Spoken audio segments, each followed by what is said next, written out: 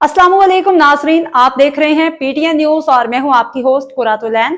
शामिल करते हैं आज की अहम खबरें। इस्लामाबाद में बल्दियाती इंतखाबात का शेड्यूल वापस लेने का नोटिफिकेशन चैलेंज।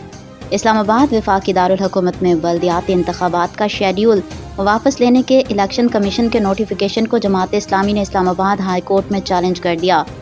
अदालत ने फ्री कैन को नोटिस जारी करते हुए जवाब तलब कर लिया। जस्टिस मोहम्मद आजम खान ने जमात इस्लामी की दरख्वास्त पर समाअत की। समाअत के दौरान जमात इस्लामी इस्लामाबाद के अमीर नसरुल्लाह रंधावा अपने वकील चौधरी शुएब अहमद के हमरा अदालत में पेश हुए।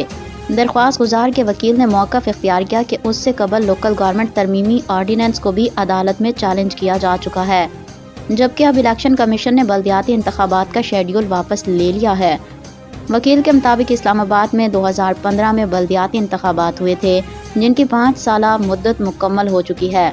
वकील ने अदालत को बताया कि कानून के मुताबिक बल्दियाती इदारों की मुद्दत ख़त्म होने के बाद 120 दिन के अंदर नए इंतखाबात का इनेकाद लाजिम है, इसलिए इलेक्शन शेड्यूल वापस लेने का नोटिफिकेशन कलअदम करार देकर फौरी तौर पर बल्दियाती इंतखाबात कराने का हुक्म दिया जाए। न्यूज स्टूडियो से फिलवक्त के लिए इतना ही। मज़ीद खबरों और अपडेट से बाखबर रहने के लिए देखते रहें पीटीएन न्यूज।